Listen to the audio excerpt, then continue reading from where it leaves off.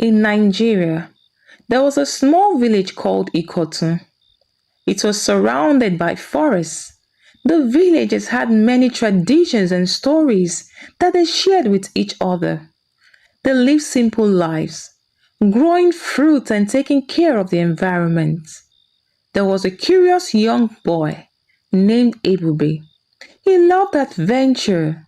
One day, while playing near the edge of the forest, Ebube stumbled upon something extraordinary. Half buried in the soft earth, glowing under the sunlight, was a single red shoe.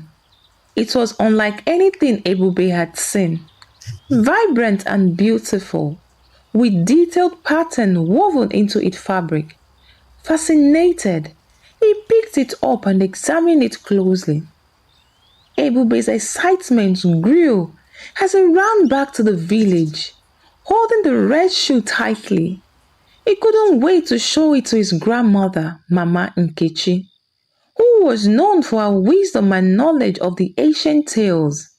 As he approached their modest hut, Mama Nkechi was seated outside, weaving a basket. "Grandma, look what I found!" Ebube exclaimed, holding up the red shoe. Mama Nkechi's eyes widened in surprise.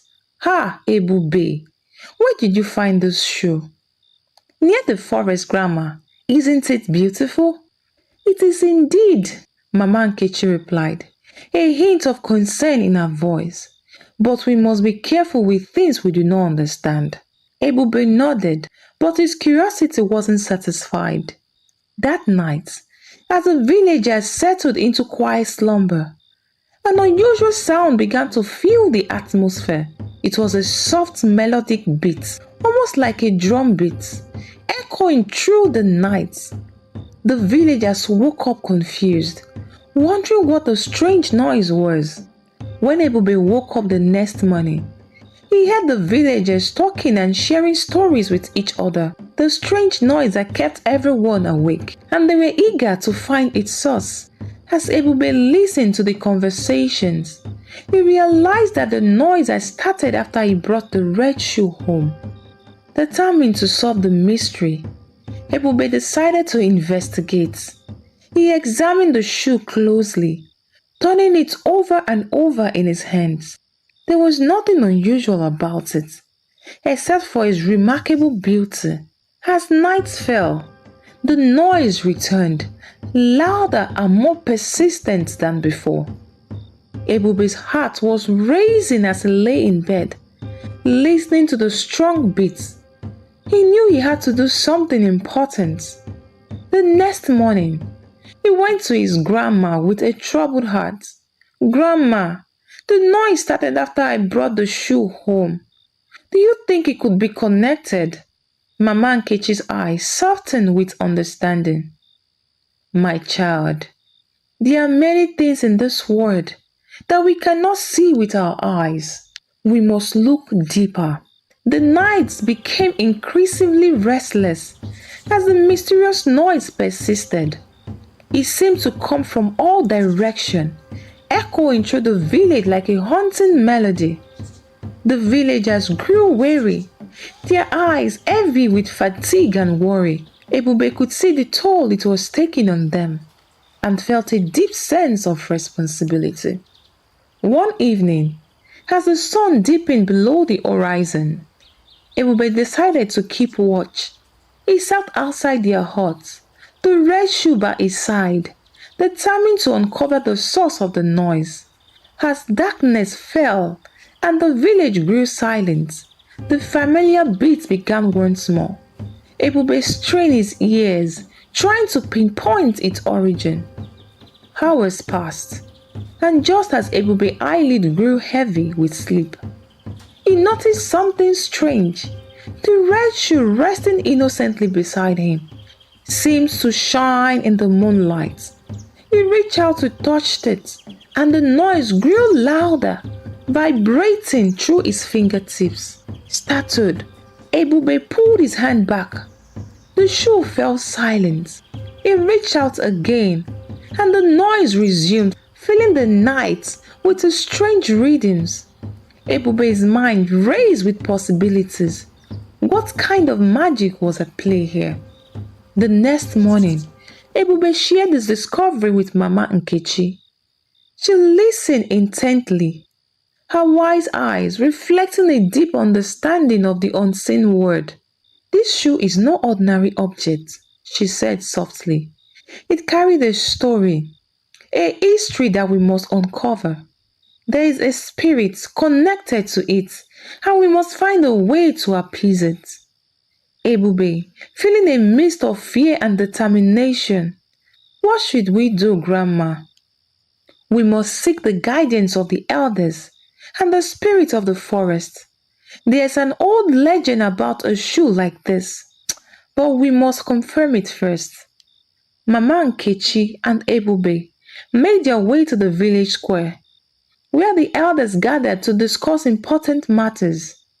As they shared the story of the red shoe and the nightly noise, the elders exchanged worried glances.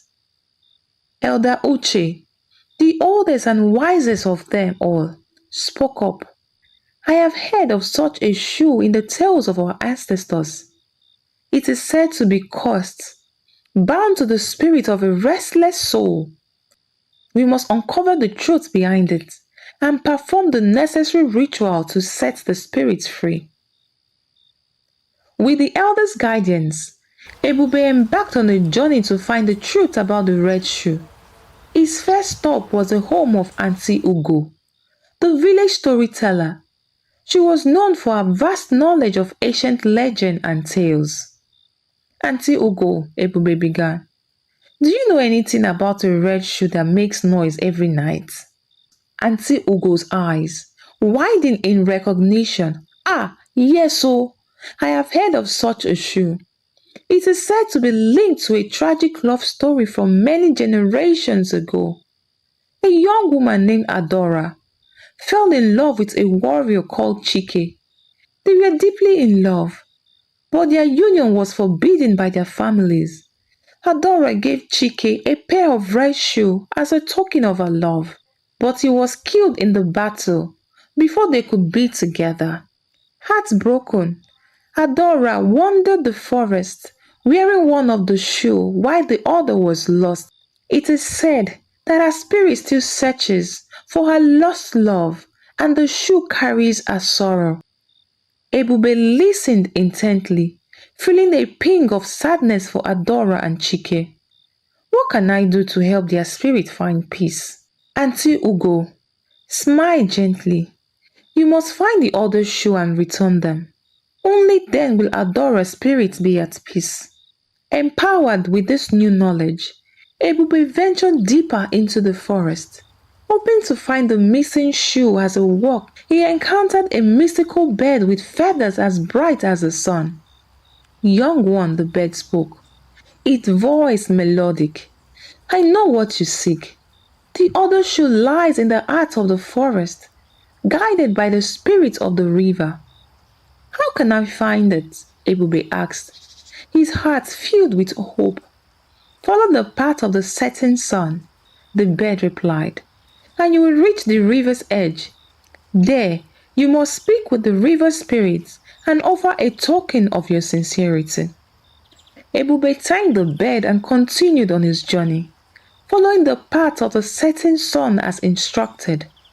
The forest became dense, and the atmosphere was filled with the sound of rustling leaves and distant animal calls. As night fell, Ebube reached the river edge, the water shining under the moonlight, and he could feel the presence of the river spirit. Kneeling by the water, he spoke softly. Great Spirit of the river, I seek your guidance. I have come to find the other red shoe to reunite the lost lovers and bring peace to our village. The water moved, and a person appeared, shining with a soft otherworldly light. It was the spirit of the river, moving with grace and peace. You have a kind heart, young one, the spirit said. To prove your sincerity, you must offer a token of your devotion. What do you think will happen to Ebube? Do you think he will succeed in finding the other red shoe? We will soon see to that in the next part of this story. Ebube thought for a moment and then reached into his pocket, pulling out a small charm his grandmother had given him. It was a symbol of protection and love. "This is a token from my grandmother," Ebube said, holding it out to the spirits. "It represents love and protection." The river spirit accepted the charm, and the water glowed brightly. "You have shown your sincerity. The other should lie beneath the great Iroko tree, deep in the forest. Go now, and may the spirits guide you." With renewed determination, Ebube continued his journey, seeking the great Iroko tree.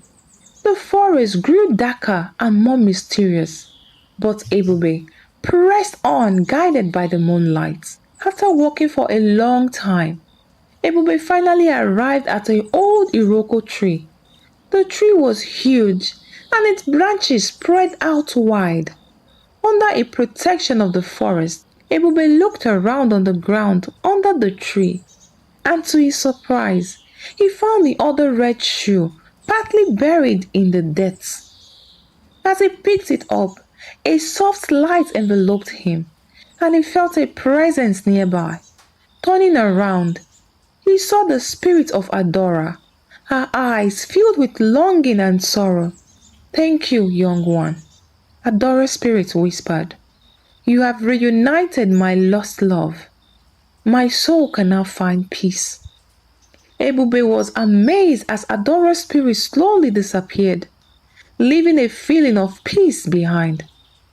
He carefully put the two red shoes together and bowed his head to show respect.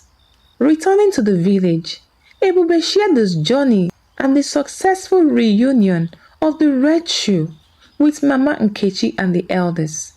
The villagers gathered around, eager to hear his tales. "It is time," Elder Ogo said, "to perform the final ritual to ensure that Adora's spirits find internal peace and the village is freed from the nightly disturbance."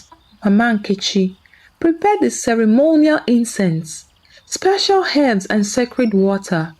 While the elders chanted ancient hymns, the villagers formed a circle round the center of the village square, where a small fire burned brightly. In the glow of the fire, Mama Nkechi placed the red shoe side by side on the woven mats. She sprinkled the sacred water over them, whispering prayers to the spirits. "Great ancestors, hear our plead," she declared. "We seek to bring peace to the restless soul and harmony to our village. Accept our offering and guide us in the sacred tasks." The villagers watched in silence as Mama Nkechi and the elders performed the rituals. The incense smoke rose into the night sky, carrying their prayers to the heavens. The musical chanting grew louder, filling the atmosphere with a sense of power and unity. Suddenly, a soft breeze stirred, and the flame of the fire danced higher. A gentle glow enveloped the red shoe, and the villagers felt a warmth in their hearts. Ebube, standing beside his grandmother, felt a surge of pride and fulfillment. As the chanting reached its climax, a faint melodic tone filled the atmosphere. The villagers listened in wonder as the noise, once a source of disturbance, transformed into a sweet melody. It was as if Adora's spirit was finally at peace, her sorrow replaced by a song of love and gratitude. The ritual concluded with a final prayer, and the red shoe glowed softly before dimming to a serene, restful state. The fire cracked gently, casting a warm light over the village. The next morning, the villagers felt peaceful again. The trouble at night had stopped, and people felt hopeful and happy. Ebube walked around the village, and people smiled and thanked him. "You have done a great service to our village," Elder Ogo said. "Your bravery and determination have brought us peace." Ebube smiled, feeling a deep connection to his ancestors and the stories that shaped their village. He had learned the value of wisdom, courage, and the importance of respecting the unseen forces that surround them. As days turned into weeks, life in Ikoton returned to its peaceful place. Ebube continued to explore the forest, but now with a deeper understanding of the world around him. He often visited the red shoe, where he had placed it in a small shrine at the edge of the village, as a reminder of the power of love and the importance of honoring the past. One evening, as the sun set over the village, Ebube sat with Mama Nkechi outside their hut. "Grandma," Ebube said, "thank you for guiding me. I have learned so much from you and the elders." Mama Nkechi smiled, her eyes twinkling with pride. "You have grown into a wise and brave young man, Ebube. Always remember that our story and traditions are the thread that connect us to our ancestors and the spirit of our land. Honor them, and they'll always guide you." Ebube, feeling a deep sense of gratitude for his grandmother's wisdom, he knew that the tale of the red shoe would be passed down from generations, a story of love, bravery, and the unbreaking bond between the living and the spirits. Every time the villagers saw the shrine at the edge of the village, they remembered the young boy who had reunited two lost souls and brought peace to their home. The red shoe, once a source of nightly disturbance, became a symbol of harmony and the enduring power of love. And so, the story of Ebube, the red shoe, and the spirit of Adora live on, a shining example of courage, wisdom, and the magic of ancient tales in the hearts of Nigeria. Thank you for watching. See you on my next video. Bye. In a small village in Nigeria, a man named Adamu lived. He was famous for being wise, kind, and good at business. Adamu's farm was very successful. He had a lot of land, many animals, and made a steady income from farming. But Adamu's story isn't just about success. It's about how he became too proud and greedy, and learned a hard lesson about managing his resources wisely and avoiding get-rich-quick schemes. Adamu's prosperity had not come by chance. His father, who had been a humble farmer, taught him the value of hard work, patience, and prudent management. Adamu learned to till the soil, care for the animals, and manage his finances wisely. By the time he inherited the family's farm, he had already established himself as a capable and diligent young man. Adamu's farm was a marvel. He grew yam, cassavas, maize, and a variety of vegetables. His livestock include goats, sheep, and a few cows, all of which were the picture of health. Each harvest season, his barns were filled to the brim with produce, and the marketplace thrived with the goods he sold. The villagers respected him, and he lived a life of comfort and ease. As the years went by, Adamu began to grow restless. The steady profit from his farm no longer satisfied his desires for more wealth. He started to dream of bigger things, greater enterprises, and quicker returns. It was during this time of restless ambition that he encountered a stranger who promised him untold riches. One evening, as Adamu was returning back from the market, he met a man named Bako. Bako was a trader who was good at convincing people. He told Adamu exciting stories about a gold mine in a faraway place. He spoke of mountains of gold waiting to be mined, and of the fortune that awaits those brave enough to invest. "Adamu," Bako said, his voice silky and persuasive, "you have the resources and the knowledge. Why toil away in the field when you could multiply your wealth tenfold in just a few months? What you need is to invest a portion of your fortune, and soon you will be the richest man in the land." Adamu's eyes sparkled with greed.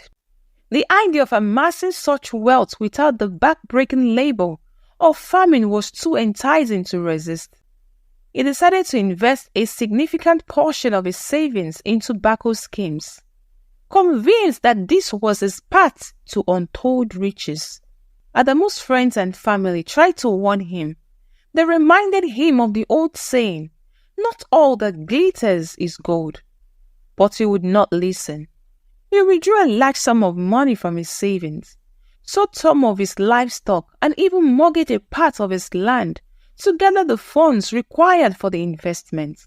With the high hopes and dreams of riches, Adamu handed over his hard-earned money to Bako, who assured him that the returns would start coming in within a few months. For a while, things seemed to go well. Adamu received a few payments, which Bako claimed was just the beginning. Encouraged by this initial return, Adamu invested even more. However, as months turned into years, the payments stopped coming. Bako had vanished, leaving no trace. Adamu's attempt to track him down was futile. His wealth, accumulated through years of hard work, had evaporated into thin air.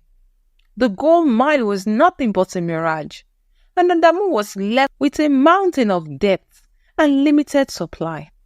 As the reality of his situation set in, Adamu's life began to unravel. The money he had invested was gone, and he could not recover it. His farm, once thriving, was now neglected as he had sold off much of his livestock and mortgaged his land. He struggled to keep up with the repayment method and was forced to sell even more of his property. The villagers, who once looked up to him, now pitied him. They whispered among themselves, lamenting how greed had brought down such a respected man. Adamu's friends and family, though disappointed, tried to help him, but there was only little they could do. His pride, once a source of strength, now prevented him from accepting the full extent of their aid. Adamu's life fell apart quickly and painfully. He had to sell his last animal, lost his land to debt, and his thriving farm became an empty field.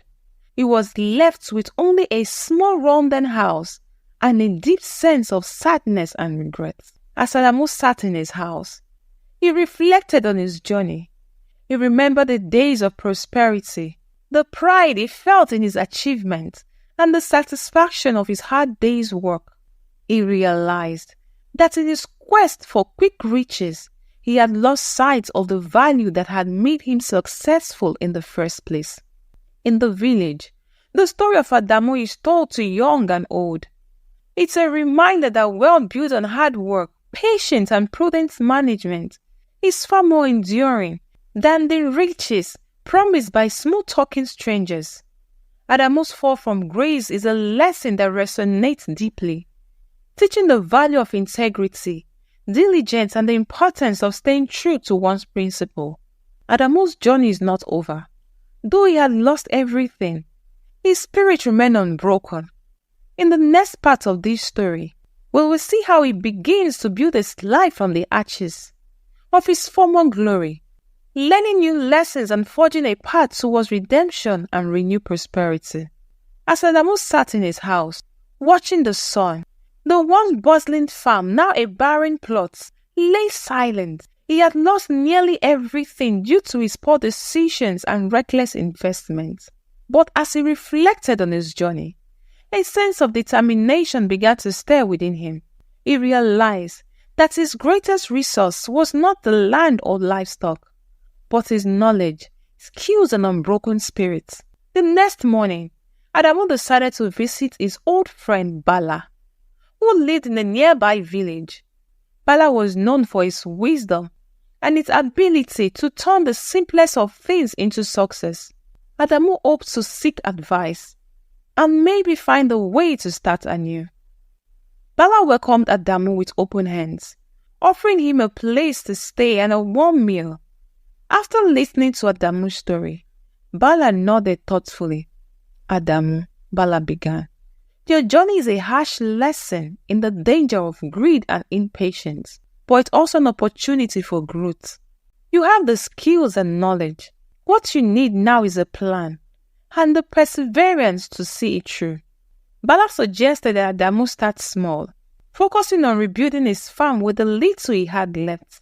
He advised him to grow crops that required minimal investment and to take good care of them. Bala also reminded Adamu of the importance of community and suggested he seek help from friends and neighbors who might be willing to lend a hand. With renewed hope and a plan in mind, Adamu returned to his village. He approached his neighbor and friends, explaining his situation and asking for their support. Many of them, remembering the kindness Adamu had shown them in better times, were eager to help. They provided him with seeds, tools, and even some livestock to get started. Adamu's first step was to clear the overgrown field and prepare the soil. He worked tirelessly from dawn till dusk, putting into practice the lessons his father had taught him. Slowly but surely, the field began to take shape, and new life started to sprout from the earth. As Adamu's farm began to show signs of recovery, he decided to extend a helping hand to others in the village who were struggling.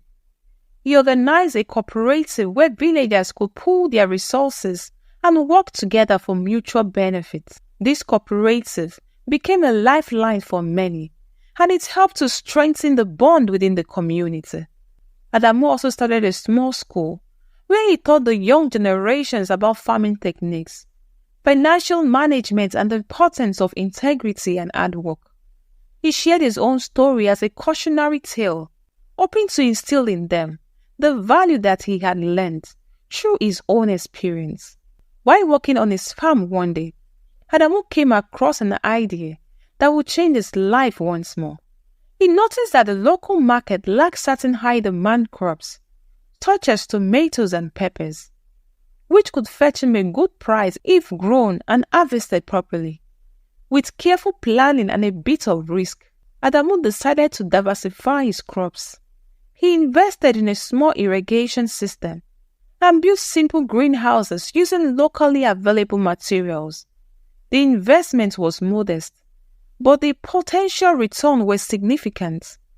Adamu's hard work and innovation paid off, and within a few seasons, he was able to produce a surplus of high-quality vegetables that sold well in the market. Adamu's new venture was a success. The profits from his diversified crops allowed him to repay his debt and invest further in his farm. He expanded his operations, employing more people from the village and contributing to the local economy. His farm once again became a beacon of prosperity. But this time, Adamu was wiser and more conscious in his dealing. He continued to invest in his community, building a clinic, infrastructure that benefited everyone, and he also built a better school than what he had. Adamu's journey from riches to rag and back to riches was a testament to his resilience and the power of community support. Years later, Adamu stood at the edge of his field, now lush and green, reflecting on the path he had walked. He had learned that true wealth was not just in material possessions, but in the relationship he nurtured, the community he built, and the knowledge he shared. Adamu's story became a legend in the village, a tale of caution and inspiration, passed down through generations. It taught the importance of managing resources wisely, the danger of greed, and the value of perseverance and integrity. As he looked at the younger generation working in the field, Adamu knew that his legacy would endure. He had transformed his mistake into lessons, his losses into gain, and his despair into hope. The rise of Adamu was not just a personal victory, but a triumph for his entire community, proving that with hard work, wisdom, and unity, even the most challenging obstacle could be overcome. Adamu's journey from the height of prosperity to the depth of despair and back to renewed success is a powerful tale that resonates with timeless wisdom. It serves as a reminder that true wealth is built on a foundation of hard work, integrity, His story continued to inspire and teach, ensuring that future generations understands the value of perseverance, the importance of prudent resource management, and the power of coming together as a community to overcome adversity. One fateful day, news arrived that Bako had been spotted in a nearby town. Apparently, he had tried to con another group of people, but had been caught by the local authorities. Word spread quickly, and Adamu, along with several other villagers who had been deceived, traveled to the town to confront Bako. When Adamu saw Bako, shackled and looking considerably less confident, he felt a surge of conflicting emotions, anger, but also a sense of justice and closure. The local authorities asked the villagers to testify, and Adamu recounted his experience. The testimony of the villagers was enough to ensure that Bako would face a long prison sentence.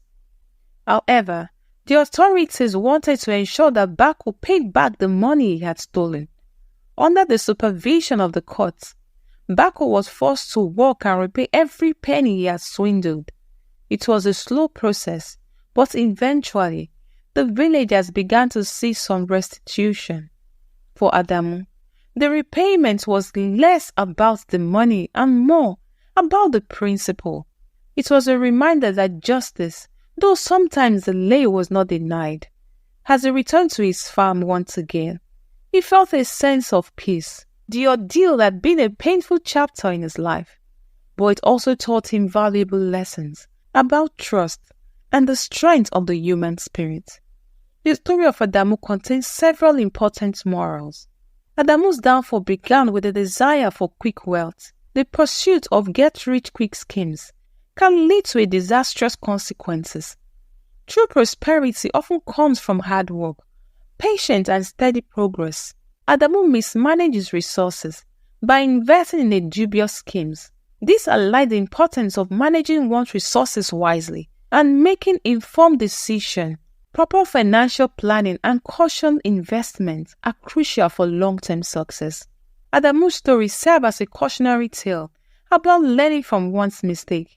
He turned his experience into valuable lessons, which he shared with the younger generation. Acknowledging and learning from past errors can lead to personal growth and better decision-making in the future. We should have this in mind. Being strong and hardworking can help us overcome lies and difficult times. We should be careful who we trust. True success comes from hard work and being a good person, not from trying to get rich quick. Justice may take time, but it will eventually win. Thank you for watching. See you on my next video. Bye.